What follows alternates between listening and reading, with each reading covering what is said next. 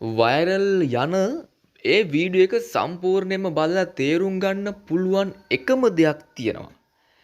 එතන ඉන්න තරුණයා ගැටුම හදන්න ආපු කෙනා නෙවෙයි. ඒක නවත්තන්නයි ඔහු ඉදිරියට එන්නේ. Tamanටත් අනතුරක් වෙයි කියන බය තියෙද්දිත් රණ්ඩුව මැද්දට පැනලා ඒ தত্ত্বය සංසිඳවන්න උත්සාහ කරන එක හොඳටම පේනවා.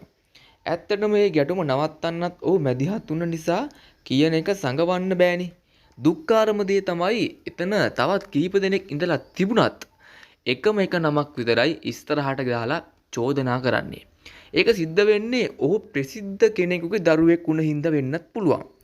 ඒක අපිට නොදැක්ක වගේ ඉන්න බෑනේ. අපි කාගේ දරුවෙක් වුණත් අපිට දෙමව්පියෝ කවුද කියන එක අපිට වාසියක් හෝ අගතියක් වෙන්න හේතුවක් වෙන්න හොඳ නැහැ. ප්‍රසිද්ධ වීම කියලා කියන්නේ සමාජයට කැමති විදිහට බුලි කරන එකවත් මඩ ගහන්න ලැබෙන අවසරයක්වත් නෙවෙයි. හේතුව දන්නේ නැතුව මිනිස්සෙට දොස් කියන එකට වඩා සිද්ධිය හරියට තේරුම්ගෙන සත්‍යයට ඉඩ දෙන එක ගොඩක් හොඳයි කියලා මට හිතෙනවා. පුද්ගලික මඩ ගැසීම් වලට වඩා සත්‍ය අගය කරන මිනිස්සෙක් වෙන එක අපි හැමෝටම හොඳයි.